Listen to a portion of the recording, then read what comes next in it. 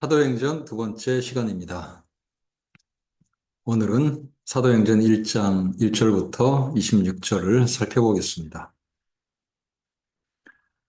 1절은 사도행전의 수신자에 관해 언급합니다. 데오빌로이죠. 이 이름은 주전 3세기경부터 일상적인 인명으로 사용되던 것입니다. 그러므로 이 수신자로 언급된 데오빌로가 가상의 인물이라기보다는 실제 인물이라 할 수 있을 것입니다.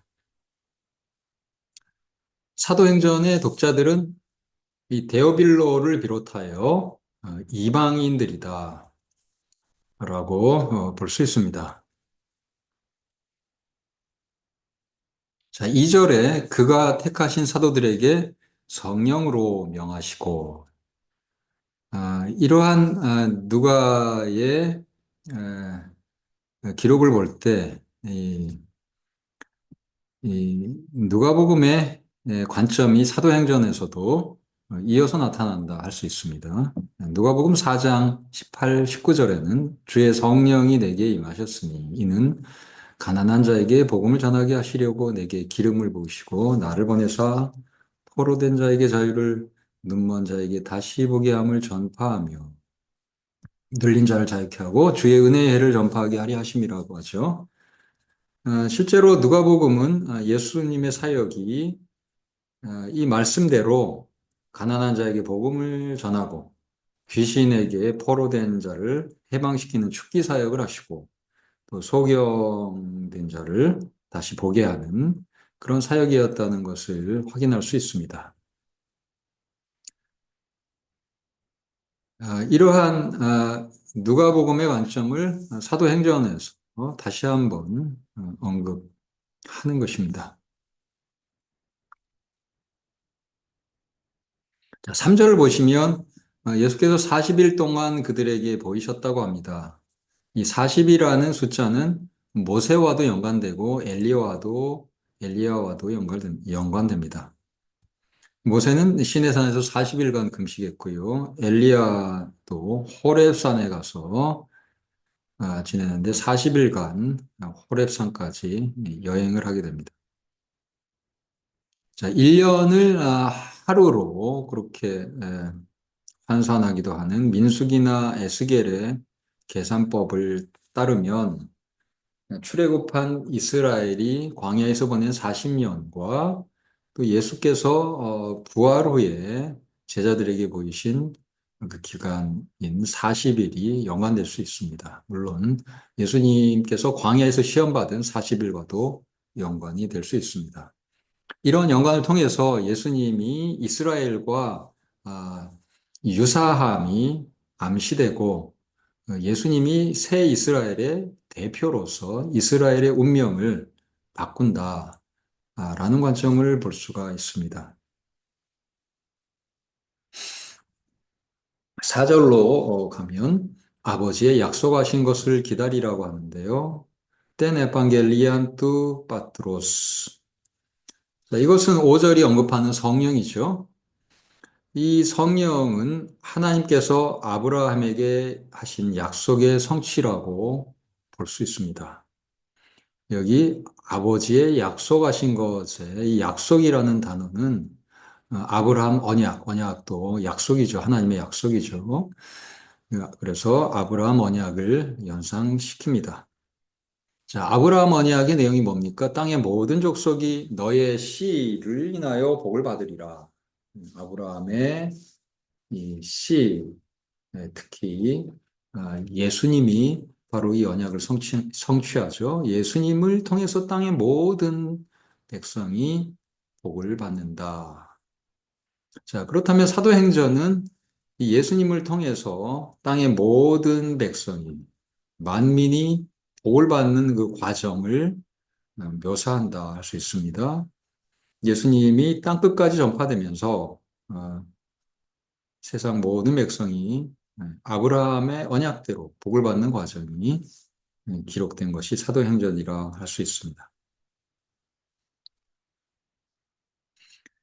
6절에 가보면 제자들이 질문합니다.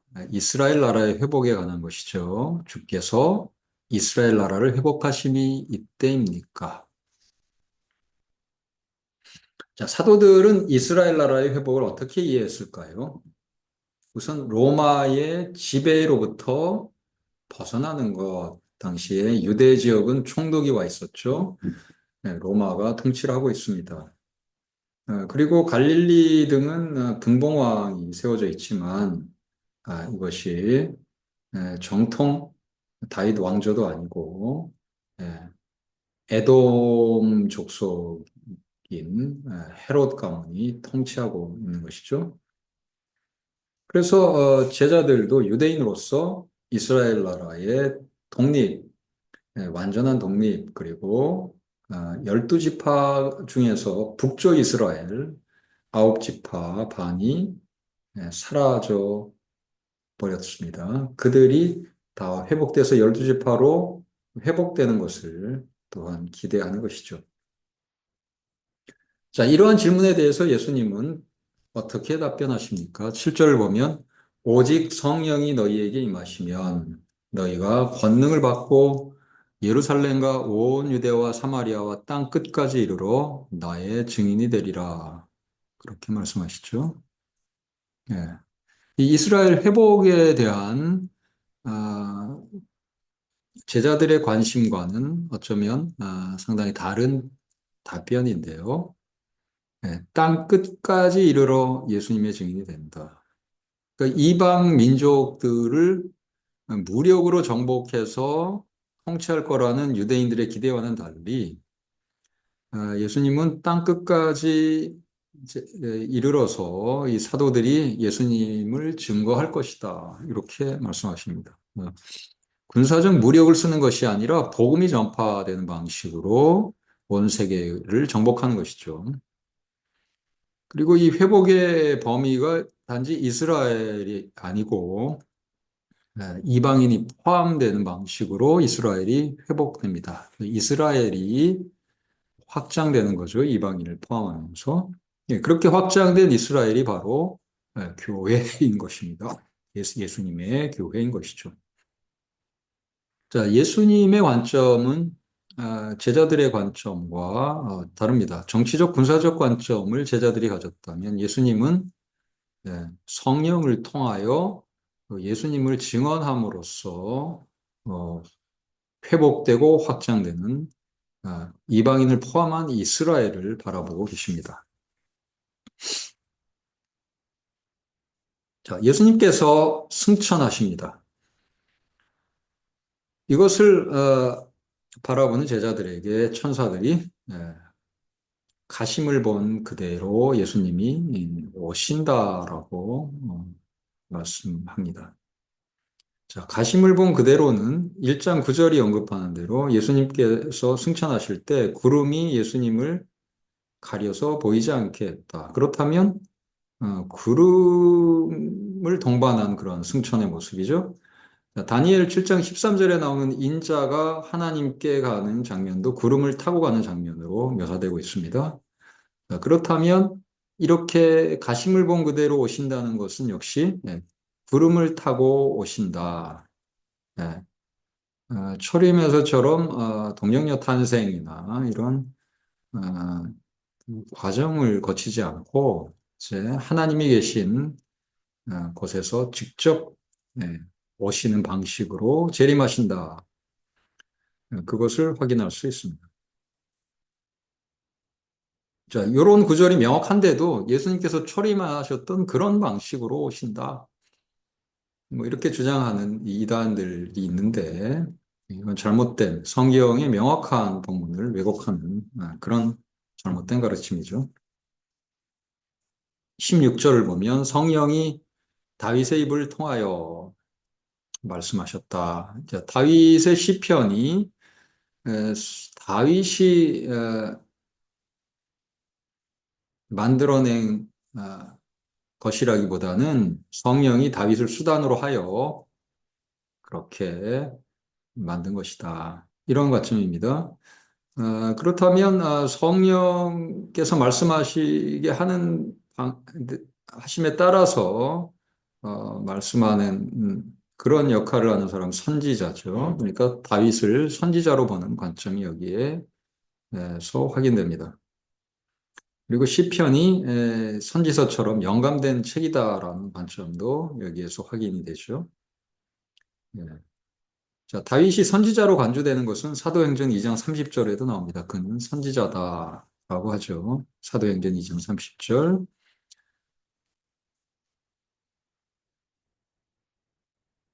자, 사도의 자격과 임무에 대한 부분을 보겠습니다.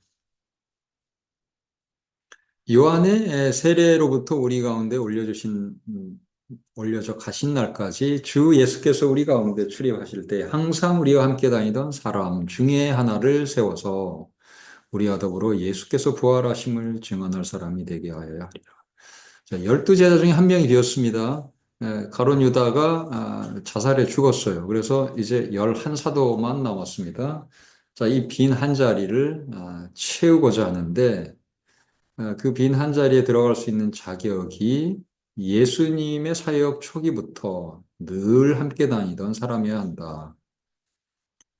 그리고 그렇게 사도로 선발돼서 선출되면 하는 일은 예수님의 부활을 증언하는 겁니다. 그러니까 부활한 예수님의 목격자여야 하는 자격이 조건이 또 자격으로 들어가는 것입니다.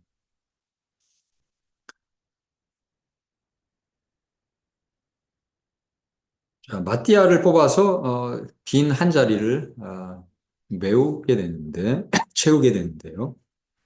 왜 이것이 필요했을까요?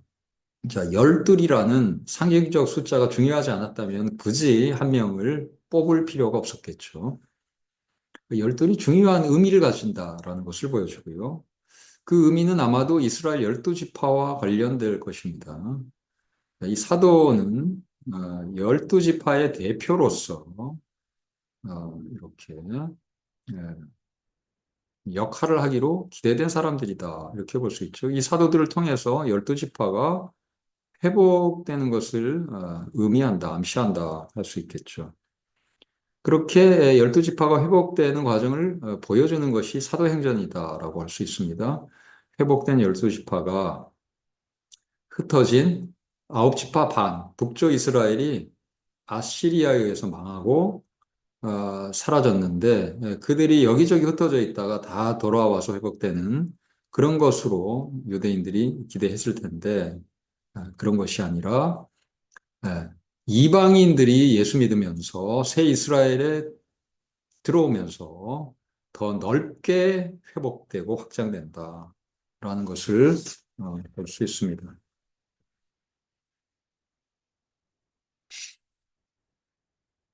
자, 23절에 보면 이 열두 사도의 빈자리를 채울 후보로 유스도와 마띠아가 언급되는데 이 유스투스는 의로운 자라는 뜻이죠.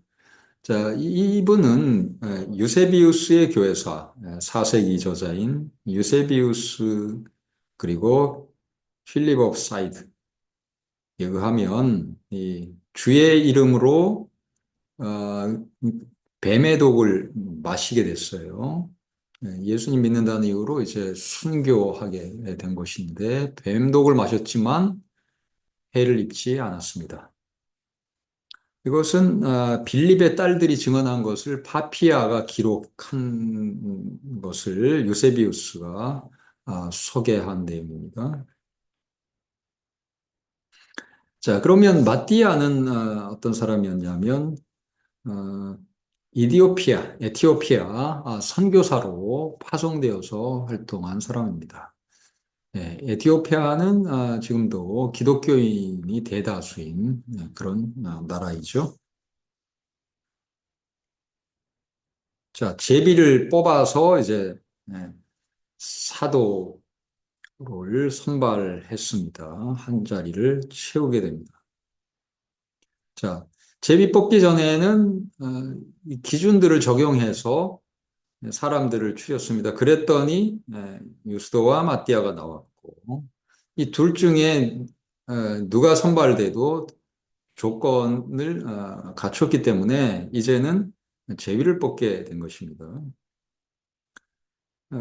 더 이상 어떻게 누구를 결정해야 할지 방법이 없었기 때문에 이런 방식을 썼겠죠. 뭐 다수결로 회의를 할 수도 있지만 또 그런 경우에는 이 떨어진 사람이 상처를 입을 수가 있어요. 네. 그렇기 때문에 이 조건이 맞는 사람들을 정해서 그 조건으로 후보를 추리고 어, 그리고 제비 뽑는 방식으로 한 것입니다. 어, 자, 그런데 성령 강림 후에 이런 제비 뽑은 예가 기록되어 있지가 않습니다. 그래서 판단 기준을 적용해서 이 복수의 후보가 나왔을 때 그럴 때는 제비를 뽑지만 무조건 아무런 기준 없이 제비 뽑는다. 이것은 성경적이라 할 수가 없을 것입니다. 판단 기준만으로 충분히 적합한 사람을 정할 수 있다면 그것으로 충분하겠고, 예, 이런 판단 기준도 적용하지 않고 처음부터 제비를 뽑는다면 부적합한 사람도 뽑힐 수가 있겠죠. 이것은 부당한 방식일 것입니다. 아, 오늘날은 이 민주적인 방식으로 이제 선거 투표의 방식을 쓰게 되는데 어, 그런 방식은 이제 교인들이 우리의 대표다라고 인정하는 그런 사람을 교인의 대표인 장로 또는 뭐 안수 집사 등을 뽑게 되기 때문에 교인들이 성도들이 과연 대표로 인정하는가 그게 중요한 하나의 판단 기준인 거죠. 그렇다면 이제 투표라는 절차가 필요하게 되겠습니다.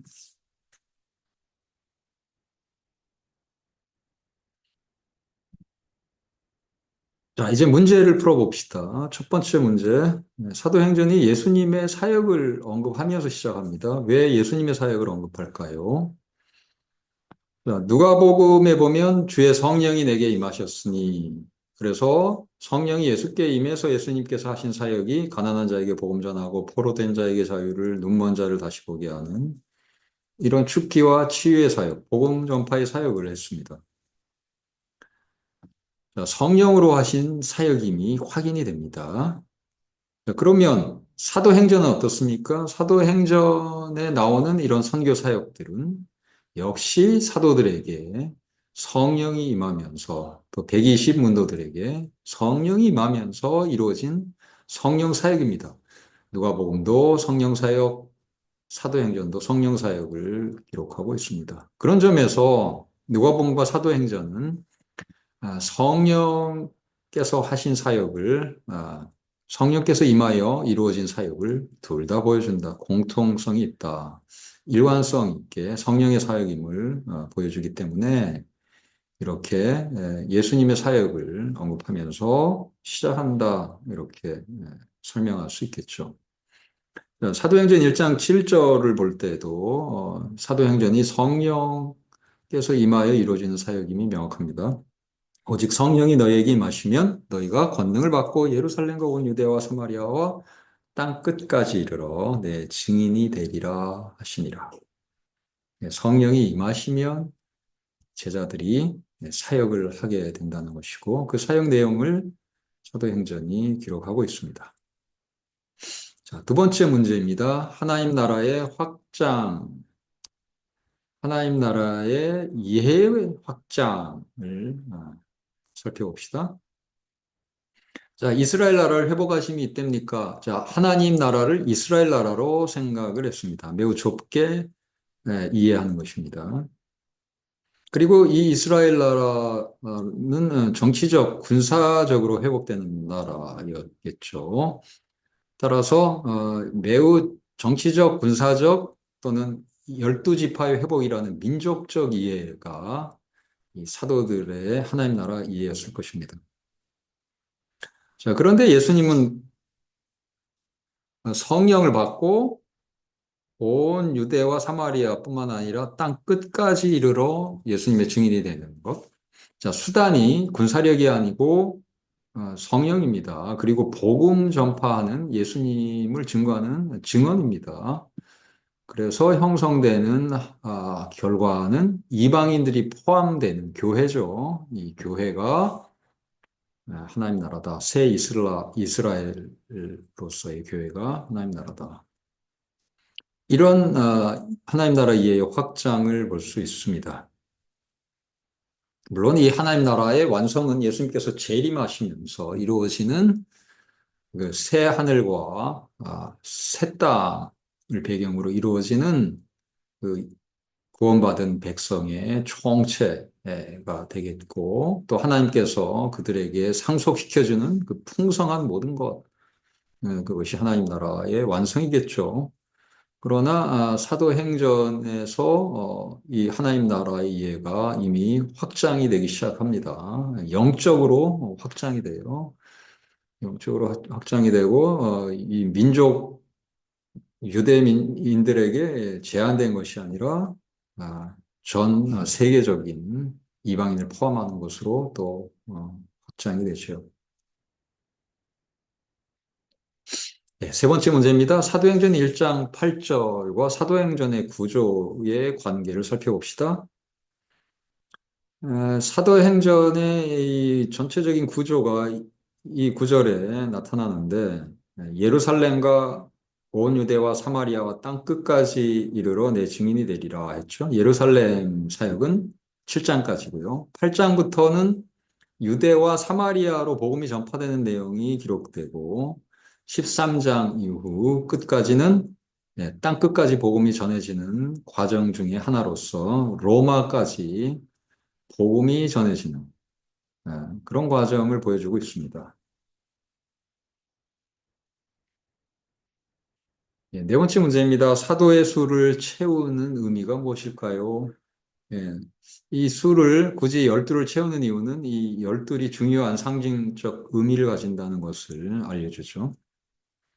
그 12의 의미는 아마도 이스라엘 12지파와 관련된 의미일 것입니다. 그래서 이 12사도가 이스라엘 12지파의 대표이고 이들 12지파를 회복할 사역을 하게 된다. 이 12로부터 출발해서 이루어지는 것이 이스라엘의 회복이고 새로운 이스라엘이다. 이것을 알려줍니다. 그러면 그들로 출발해서 이루어진 것은 바로 교회였죠. 그러니까 이 교회가 바로 새로운 이스라엘 12지파다라고 볼 수 있는 것입니다. 예, 오늘은 여기까지